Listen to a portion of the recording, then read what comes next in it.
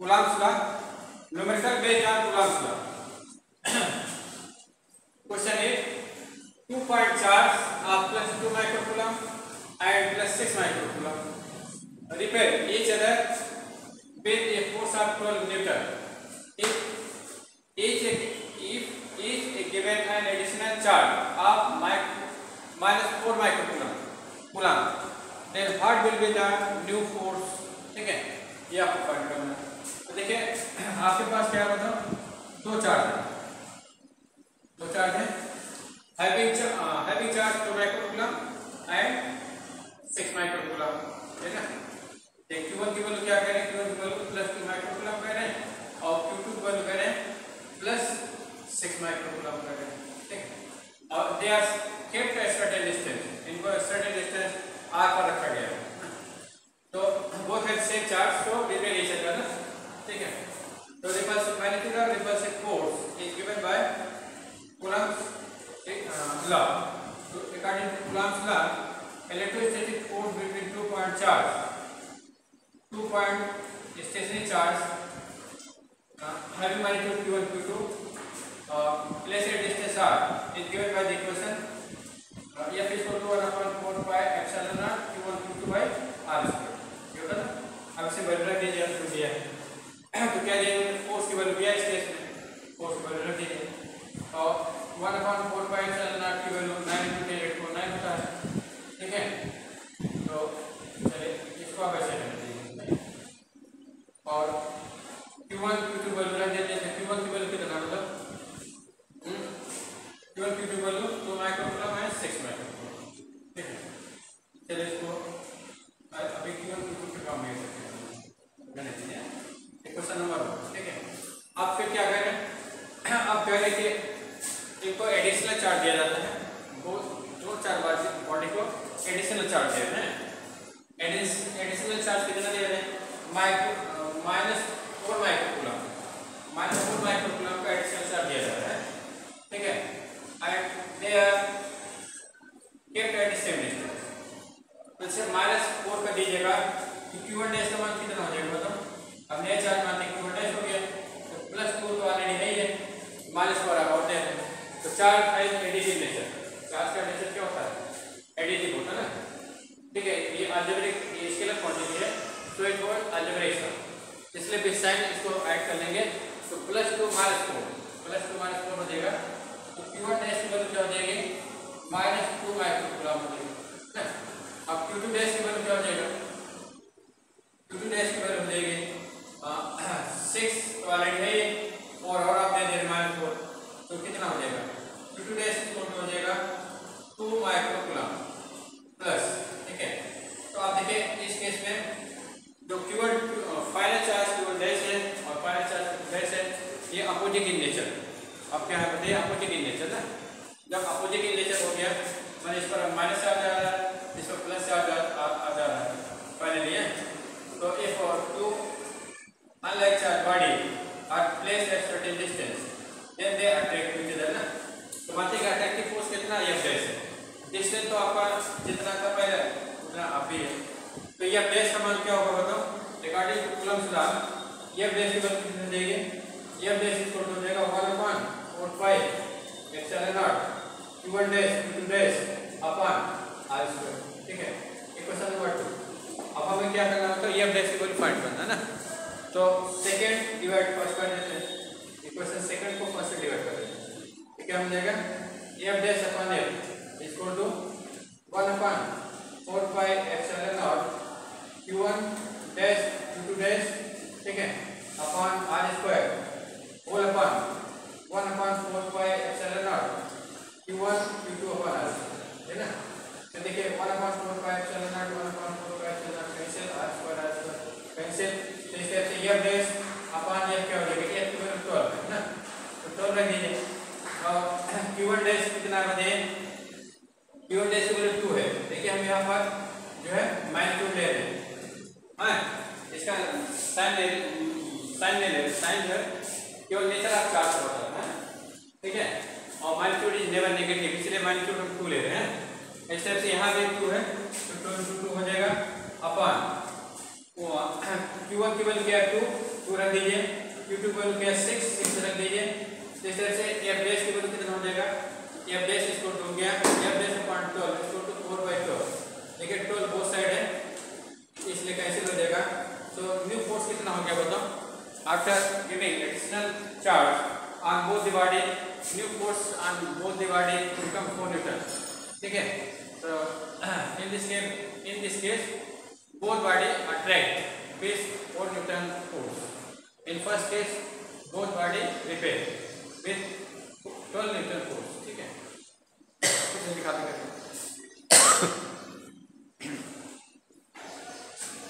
पता कर लिया। उसके बाद देखिए क्वेश्चन नंबर 9 आ जाइए। Question number 9, two identical metallic balls A and B have charge 400 and -10 microcoulomb। देखिए 400 है कि 40 है, आप देख लीजिए दिस इज 40 और 400 40 होगा, देख लीजिए एक बार ये माइक्रोकूलम्ब 40 माइक्रोकूलम्ब ना and -10 microcoulomb respectively। The distance between them is 2 meter। What is the magnitude and type of force acting between them? They are located to each other and again separated by a distance of this ना, ठीक है।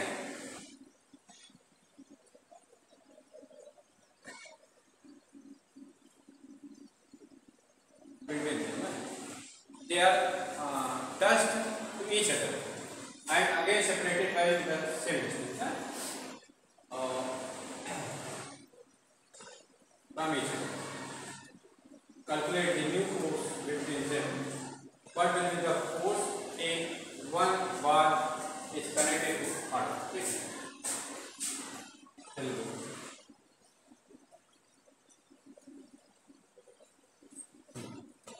तो देखिए first case में क्या है, correct two identical metallic bar. Two identical मतलब they have same size, अगर साइज सेम है तो उनकी चार्ज कैपेसिटी सेम होगा, चार्ज डिस्ट्रीब्यूशन सेम होगा, ठीक है, सेम रेशियो होगा, ठीक है। क्योंकि charge distribution take place in the ratio of capacitance. जिस बॉडी की कैपेसिटी ज़्यादा होती है उस पर ज़्यादा चार्ज आएगा, जिसकी कैपेसिटी कम होती है उस पर कम चार्ज आता है। और capacity depends on size. Capacity electrical capacity directly proportional to size होता है।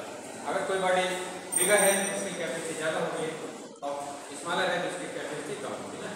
यहाँ आइडेंटिकल पेयर है तो आइडेंटिकल मतलब दोनों का साइज सेम है, हाँ, इसलिए चार्ज डिस्ट्रीब्यूशन 1:1 होगा, मतलब इक्वली डिस्ट्रीब्यूट होगा।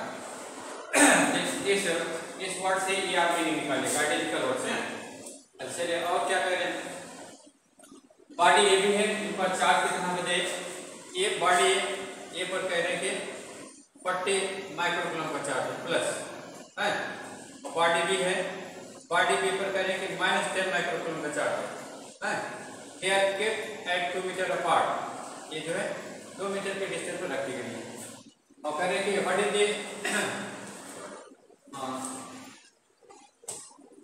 The magnitude and type of the force ना। तो फोर्स का मैग्नीट्यूड क्या होगा बताइए, फोर्स का मैग्नीट्यूड हम कूलम्ब से निकालेंगे। टाइप्स कह रहे हैं, टाइप्स मतलब अट्रैक्टिव है, रिपल्सिव है। तो देखिए A and B are unlike charge body, one है पॉजिटिव एंड अनदर है negative charge. if two unlike charged body are placed close to each other, then which type of force acts? If two bodies are kept, two unlike charged body are kept at certain distance, then which type of force acts? What is the nature of force? बताइए। जैसे दो unlike charge body है, एक positive charge body एक negative charge body है, ये ना, यहाँ देखिए ये पॉजिटिवली चार्ज है, बी नेगेटिवली चार्ज है, इनके बीच कैसा फोर्स लगेगा, अट्रैक्टिव या रिपल्सिव कैसा लगेगा, अट्रैक्टिव, हाँ, क्योंकि अपोजिट नेचर है इसलिए अट्रैक्टिव लगेगा। तो टाइप ऑफ करें तो what is the type of force, देखिए इसमें पार्ट है what is the type of force, इसमें क्या आंसर दीजिएगा, अट्रैक्टिव ना। टाइप ऑफ फोर्स क्या हो जाएगा, यहाँ लिखे टाइप, टाइप लिखकर क्या हो जाएगा अट्रैक्टिव, ये हो गया। चलिए एक पार्ट का आंसर हो गया। और बट फिर दूसरा पार्ट क्या, मैग्नीट्यूड। तो मैग्नीट्यूड किससे निकालते हैं, कूलम्ब फार्मूला से निकालते हैं, ये फार्मूला आपको लिखा हुआ है, इसे निकालेंगे, ठीक है। तो magnitude of electrostatic force between 2 point charge, 2 point stationary charge is given by the equation 1/4 pi epsilon naught. Q1 Q2 by R2, ठीक है ना। अब इसे वैल्यू रख दीजिए आप, ठीक है। तो लेफ्ट साइड रख कर दें, ओके चलिए लेफ्ट साइड।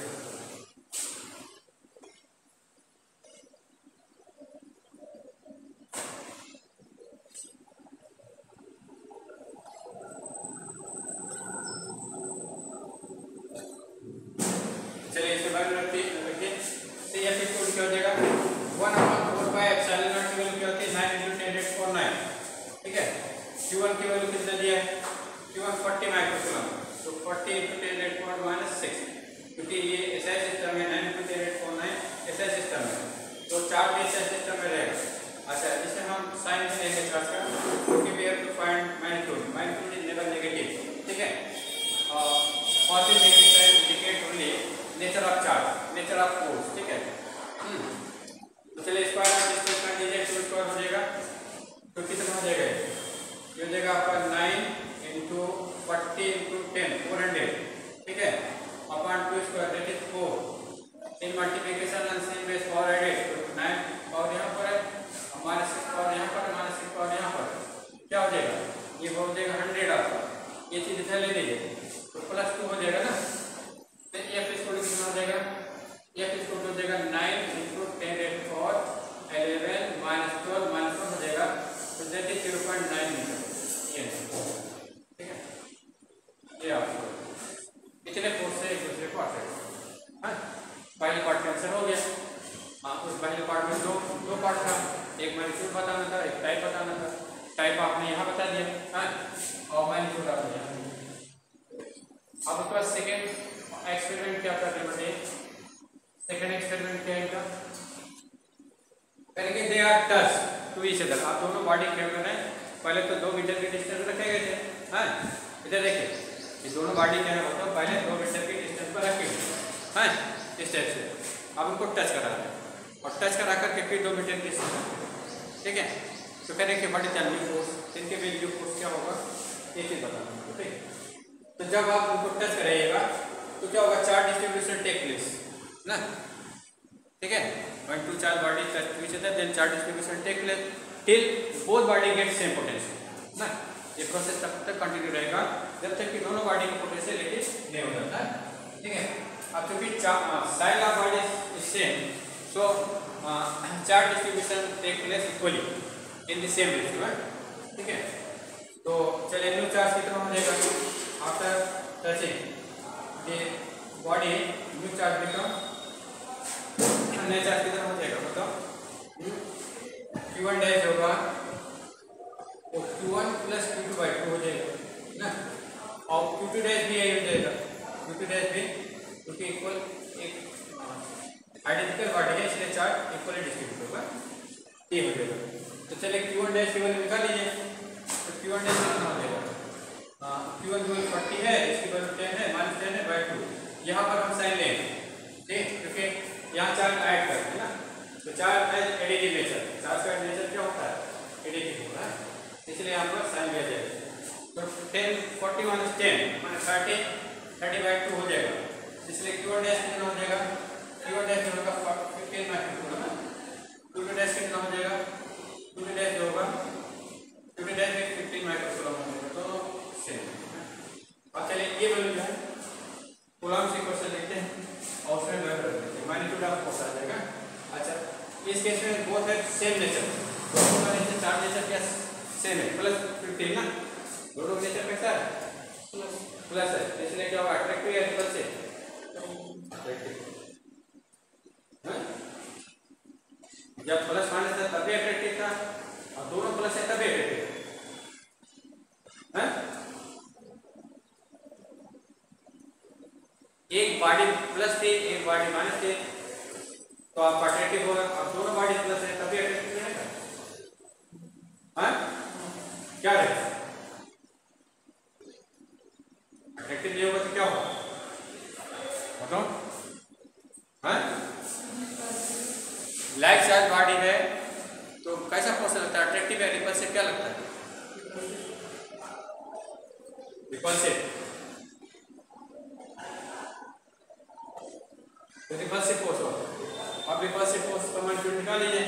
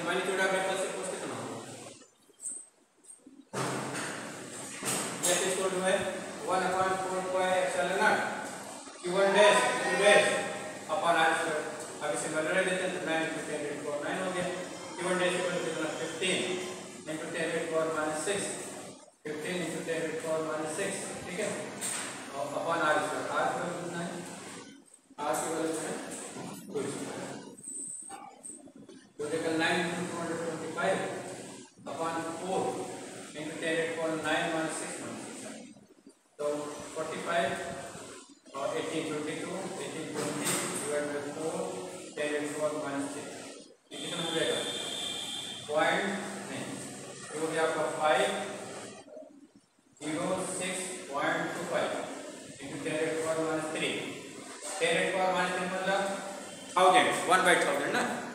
तो जब हम 1000 से किसी क्वांटिटी डिवाइड करते हैं तो डेसिमल किधर जाता है? हाँ, राइट या लेफ्ट, किधर जाएगा?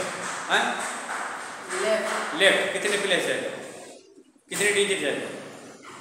1000 से डिवाइड कर रहे हैं, आप कह रहे हैं लेफ्ट जाएगा, तो कितने डिजिट जाएगा? 3 डिजिट जाएगा, क्योंकि 3 जीरो है। जब 3 जीरो है तो 3 डिजिट जाएगा ना। तो ये डेसिमल 3 डिजिट ले जाइए, 1 2 3 ना। तो 3 डिजिट लेफ्ट ले जाइए तो क्या हो जाएगी? 0.5065 न्यूटन, ये आंसर होगा। ठीक है, चलिए आंसर देखिए। फिर ये आपका सेकंड पार्ट हो गया ना। अब थर्ड पार्ट है डी, पार्ट बी हो गया। ये पार्ट पहले बता दिया था मैंने। अब सी पार्ट है।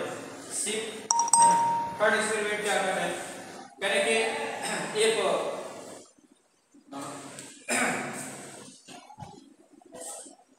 वन ऑफ द चार बॉडी यार्ड, अगर दोनों चार बॉडी में से एक को मर्ज कर दे, then what will be the force? का फोर्स क्या होगा? ठीक है, तो calculate the new force between them.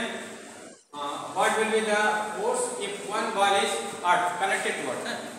अगर एक बॉल को अर्थ से कनेक्ट कर दिया जाए तब फिर फोर्स कितना होगा, ये चीज बताना होगा।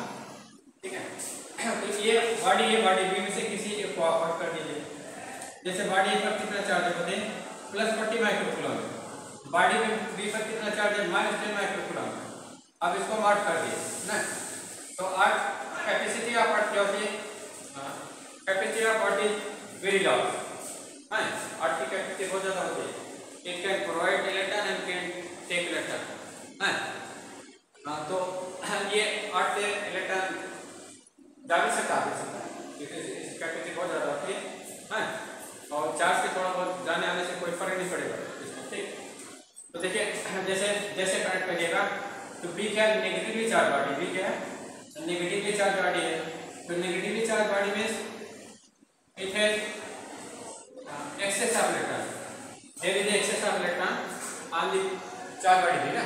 बॉडी बी पर नॉर्मल पोजीशन से ज्यादा रहता है ना। तो जो एक्सेस में इलेक्ट्रॉन है क्या होंगे बोलते हैं? एक्सेस में जो इलेक्ट्रॉन है अर्थ में ट्रांसफर हो जाएंगे। कहाँ चले जाएंगे? अर्थ में चले जाएंगे। ठीक है, जब अर्थ में चले जाएंगे तो क्या होगा बताओ? बॉडी भी न्यूट्रल हो जाएगी। बॉडी भी कर जाएगी न्यूट्रल हो जाएगी ना। तो जब बॉडी भी न्यूट्रल हो जाएगी तो बी बिकम न्यूट्रल। बी क्या हो जाएगा? Neutral. By neutral all excess electron present on the body B transfer to the earth. ठीक है, गो टू द अर्थ ना। इसलिए चार्ज Q2 क्या हो जाएगा? 0 हो जाएगा ना। और Q1 आपका नहीं रहेगा जितना है ना। तो देखिए force is directly proportional to product of charge. Electrostatic force is directly proportional to product of charge. If N1 of the 0 force is 0। ये भी प्रोपोर्शनल टू Q2 है। अगर Q2 में से कोई एक 0 हो जाएगा तो फोर्स क्या हो जाएगा? 0 हो जाएगा, है ना। तो इसलिए यहाँ पर वैल्यू नहीं दीजिए, वैल्यू आपको 0 मिल जाएगी। तो F is equal to 1/4πε0 Q2 by R square. तो क्या हो जाएगा?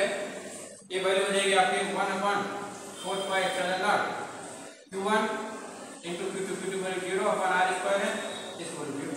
इस टाइप से नेट होगी। चलिए कर, if one body is earth then electrostatic force between them become 0।